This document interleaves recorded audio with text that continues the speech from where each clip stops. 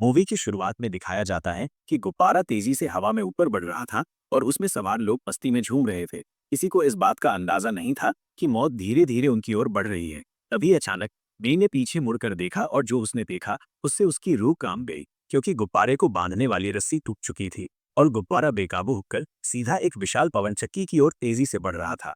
पवन चक्की की विशाल पंखुड़ियां लगातार घूम रही थी। अगर उनका गुब्बारा जरा भी उनसे टकरा गया तो अगले साल इसी दिन उनकी बरसी मनाई जाएगी। वही बुरी तरह डर गई और झट से अपने साथियों को इस खतरे के बारे में बताया। ये सुनते ही सभी लोग डर गए। इतनी ऊंचाई पर वो कुछ कर भी नहीं सकते थे और गुब्बारा बहुत तेजी से पवन चक्की की ओर बढ़ता जा रहा था। तभी मूंछ वाले आदमी ने बर्नर की लौ को पूरी ताकत से बढ़ा दिया ताकि गुब्बारा तेजी से ऊंचाई पर उठ सके और टकराने से बच सके। इसके बाद उसने सभी से कहा कि वे टोकरी के अंदर मजबूती से किसी चीज को पकड़ लें और भगवान से दुआ करें। अब उनकी किस्मत ही उनका सहारा थी।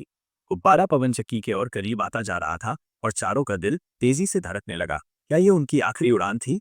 लेकिन काफी देर तक इंतजार करने के बाद भी गुब्बारा पवन चक्की से नहीं टकराया। करली बालों वाले दोस्त को लगा कि अब खतरा टल चुका है, तो उसने खड़े होकर देखने की कोशिश की। पर तभी पवन चक्की की विशाल पंखुड़ी से गुब्बारा टकरा गया, जिससे करली बालों वाला दोस्त सीधा गुब्बारे से बाहर गिर पड़ा और देखते ही देखते कहीं गायब हो गया। लेकिन बाकी तीन लोग बच गए, पर गुब्बारा लगातार ऊपर उठता जा रहा था और देखते ही देखते बादलों को पार कर गया। इससे भी बड़ी समस्या ये थी कि अब वे समुद्र के ऊपर थे। ये देखते ही सबकी हिम्मत जवाब देने लगी। बी जोर जोर से रोने लगी। उसने जल्दी से अपना मोबाइल निकाला ताकि मदद के लिए कॉल कर सके, लेकिन समुद्र के बीचों बीच नेटवर्क ही नहीं था। अब सबसे बड़ी समस्या ये थी कि उनके पास ईंधन बहुत कम बचा था। बी जानती थी कि अगर उन्होंने जल्दी कोई हल नहीं निकाला तो उनका अंत निश्चित था।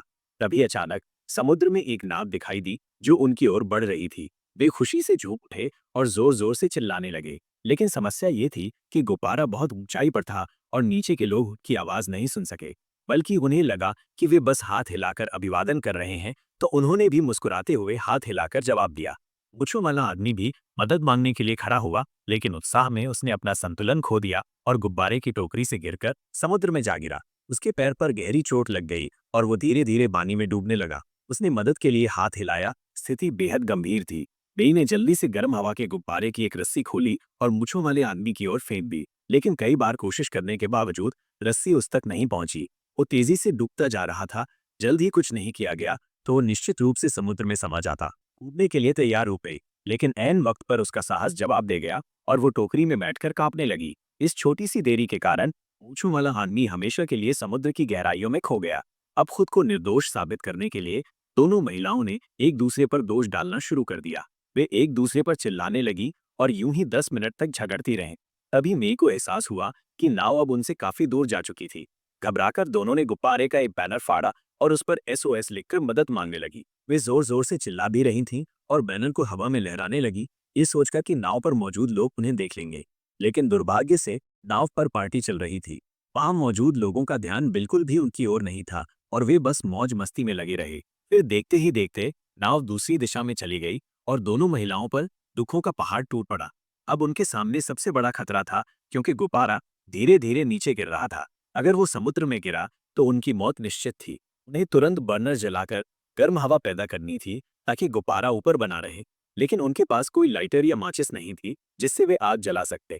तभी मे की नजर टोकरी में रखे सुरक्षा कंडोम पर पड़ी, जिसे देख मे को एक विचार आया। उसने अपनी दोस्त से वोडका की बोतल खोलने के लिए कहा। फिर उसने बोतल के मुंह को कंडोम से ढक दिया, लेकिन इससे पहले कि वे कुछ कर पाती उनका गुब्बारा नीचे गिरने लगा और दोनों सीधे समुद्र में जा गिरी। अब उनके पास बचने का केवल एक ही तरीका था, किसी भी तरह से तैरते रहना और मदद का इंतजार करना। समुद्र का पानी बर्फ की तरह ठंडा था और कुछ ही घंटों में उनकी टांगें सुन्न पड़ने लगी। तभी अचानक एक क्रूज शिप दिखाई दिया। वे अपनी आखिरी ताकत लगाकर जोर जोर से चिल्लाने लगी, लेकिन समस्या ये थी कि वे पानी में बहुत छोटी दिखाई दे रही थी। क्रूज शिप के चालक दल ने उन्हें देखा ही नहीं और जहाज धीरे धीरे उनकी ओर बढ़ने लगा।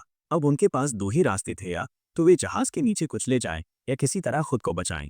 तभी दूर समुद्र में एक छोटी नाव नजर आई, लेकिन अब वे इतनी थक चुकी थीं कि चिल्ला भी नहीं पा रही थीं।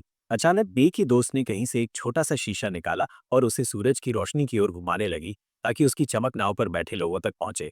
थोड़ी देर की मेहनत के बाद नाव पर बैठे लोगों ने चमक को देख लिया और उनकी ओर बढ़ने लगे। कुछ ही देर में दोनों को नाव पर चढ़ा लिया गया। आखिरकार वे दोनों बच गए।